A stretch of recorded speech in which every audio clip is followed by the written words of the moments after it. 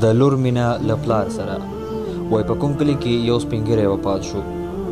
د غسل او کفن وروسته یې چې کله جنازه تیاره شوه او جنازه یې پورته شوه، نو په دې وخت کې له کوم لوري یو مسافر راغلو او د کټ پښه یې ونیوله چې تر هغه وخته مړی نشي ښخولی چې زما 15 لکه روپۍ قرض رانه کړی.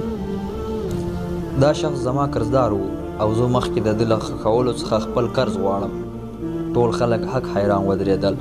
د مړي زامنو وویل چې پلار خو مو موږ ته د قرض په هکله څه نه وو ویلي چې دی قرضدار دی، نو موږ دا قرض نه منو او نه یې ورکوو. اوس جنازه تیاره ده او سړي کټ له پښې نیولی او خپل قرض غواړي. بالاخره دا خبر د کور ښځو ته ورسېدله.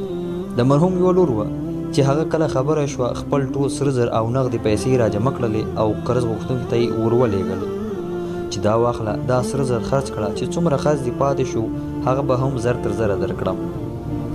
خو د خدای په خاطر زما د پلار جان جنازه پرېږده چې خاورو ته یې وسپاري. قرض غوښتونکي ته چې کله دا خبر راورسېده نو خلکو ته یې مخ راواړوه او زیاته یې کړه. اصلا خبره داسې ده چې دا شخص زما نه بلکې زه د ده 15 لکه روپۍ قرضدار وم. زه راغلی وم چې د ده امانت ور وسپارم، خو دلته خبر شوم چې دی وفات شوی دی. دا چې ما د ده وارثان نه پیژندل نو د دې لپاره مې دا ډرامه وکړله او اوس زه پوه شوم چې د مرحوم نه صرف یوه لور پاتې ده، کوم زوی او ورور نه لري، خو دغه 15 لکه به یې لور ته ورکړم. نو ملګرو، لورانې د الله تعالی یو ډېر غټ نعمت دی. په کوم کور کې چې لورانې وي الله تعالی په هغه کور باندې رحمتونه وروي.